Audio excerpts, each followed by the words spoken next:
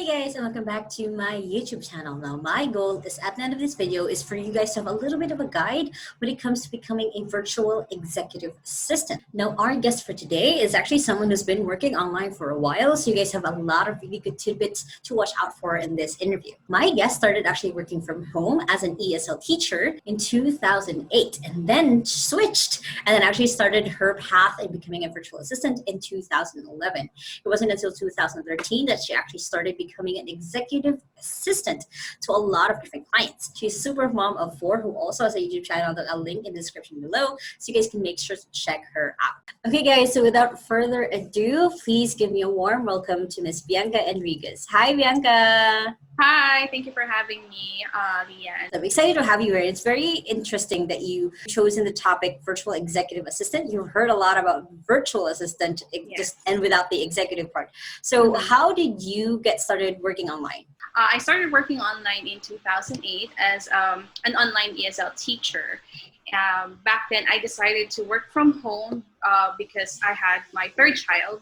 And of course, having the kids like taking care of nannies was difficult back then. So I decided to just, stay at home and still work online. And then in 2011, I was offered by my cousin a virtual assistant job. I knew this kind of career existed, but I didn't have an idea of what it is. But I jumped anyway, and then I learned through that. So I will not say that it was a good experience for me because I was new, but I learned a lot from it. Like, how do you handle clients? How will you respond to clients? Those kind of things. Yeah. So that's how I started in 2011. And then I worked at different companies since then until I found this position, a virtual executive assistant for an optometrist in Seattle, Washington. And he also owns a coaching company for optometry students. So I helped him build that company. So that's why I love the job, because I learned a lot from it. Very cool. It's very interesting that you've been doing this for 12 years now. So for the executive assistant position, what do you do exactly? What services are you offering to your client?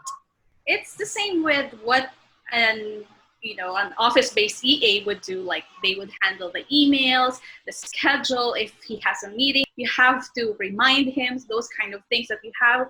I work on flexible hours, but he also expects me to have everything ready for him in the morning, and sometimes like schedule a meeting with him during his time. So yeah, that's what I do, like manage his flights, his travel schedule, his expenses, and all the other things for his company, like yearly expenses, those kind of things. Basically, like assistant, like every end of the year or every quarter. I also do the website management, social media management, those kind of things. So anything that would help the business and your client to save more time. So basically, that's why they hire a virtual assistant. It's to save them more time. They are buying time so that they would be able to work on the things that really matter, right? So they don't want to do the admin stuff of their business. True. And I like that you're kind of like the way that I've described executive assistants before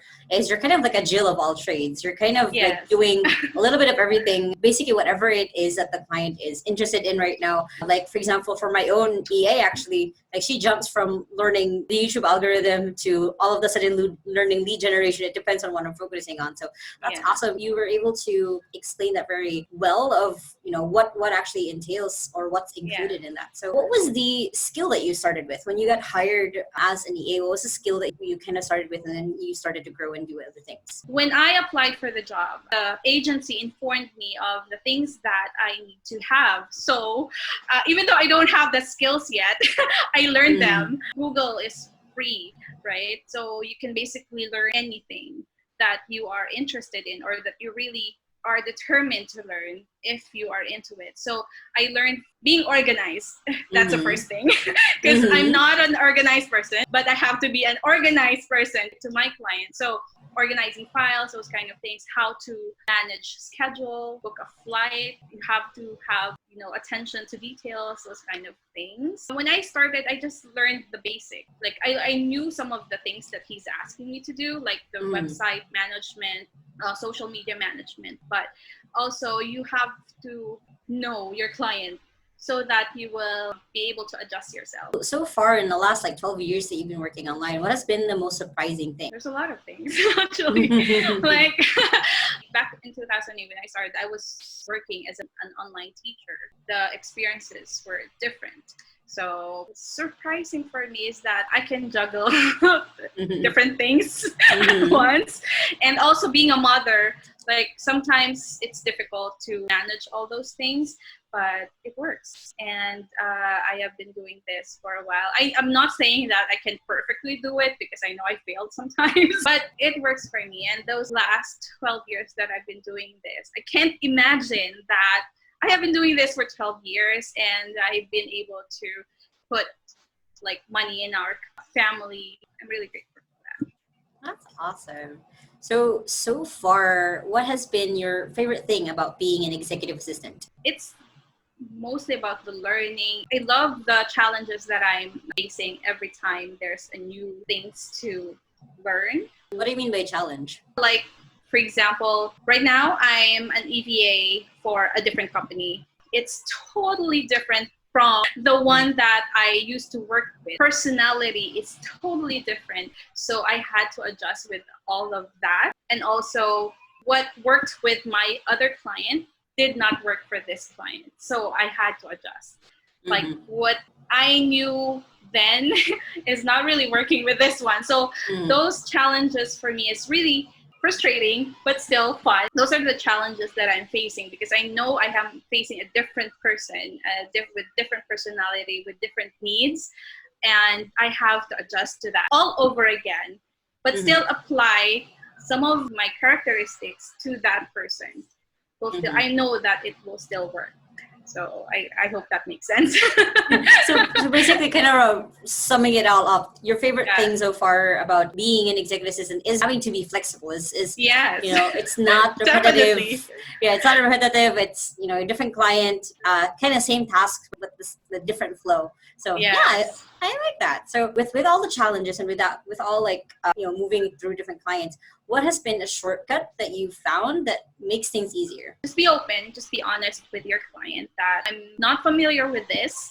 So could you please give me a time to learn this task and get used to it? It's not going to be easy, but of course you just have to do it. Like everything is new to me with every company that I worked with, but in maybe a month or so, you'll be able to know already what to expect with that client. And I see that happen all the time of it's just the honesty of just telling them that you've made a mistake. It's the honesty of telling them if you have to figure something out because you've actually never done it before. So that's definitely a really good shortcut. So let's say there's a 18-year-old Bianca who wants to go into becoming an executive assistant. What would be a piece of advice that you would give to your younger self if, let's say, that was what she was going to get started with?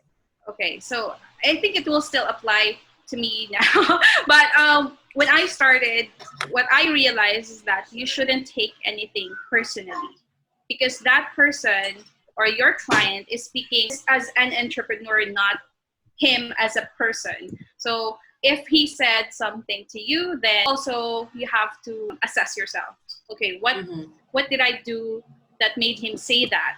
So you also have to assess yourself and have to own your mistakes, or if there's anything that you lack of, you have to own that. And do not take what he said personally. And, know that every person has different perspective. Maybe it's not the way you see it, but that's how he sees it. And you just have to accept and respect that. A lot of the time, especially if you're stressed out and you kind of say something, and then for us Filipinos, we usually hide. We usually okay, I'm just run away now. That's a very common we're very reaction. reactive. Filipinos are very reactive, and that's what I observe. I'm not saying all of us are reactive, but part of me is still reactive. I'm not perfect, but I also shift right away that okay, I became reactive on that part.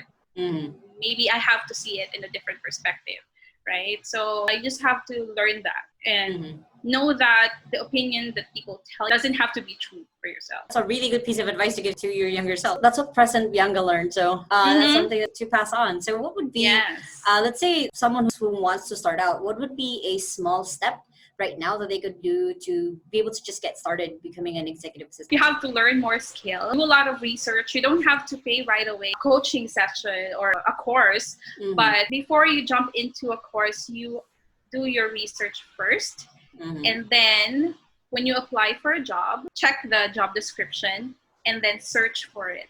Like Mm. most of the job description that they post, they also let you know what apps or tools that they use. Then you can research them so that when you go for an interview and then they ask you about this certain app or tools that Mhm. they use, you have an idea what they're talking about. It's like, oh, I don't know that. So never say you don't know. You would say, I'm familiar with it, but I'm not experienced. Or you can say that I just haven't used this for a client. So something Mhm. like that. In a group that we both belong to, I see a lot of people ask those questions. I also receive messages from these people from the group.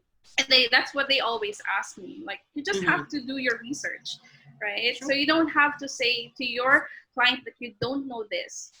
Because Google is there. Just Google have is to your best friend. research. Yeah. Google. I graduated in Google University.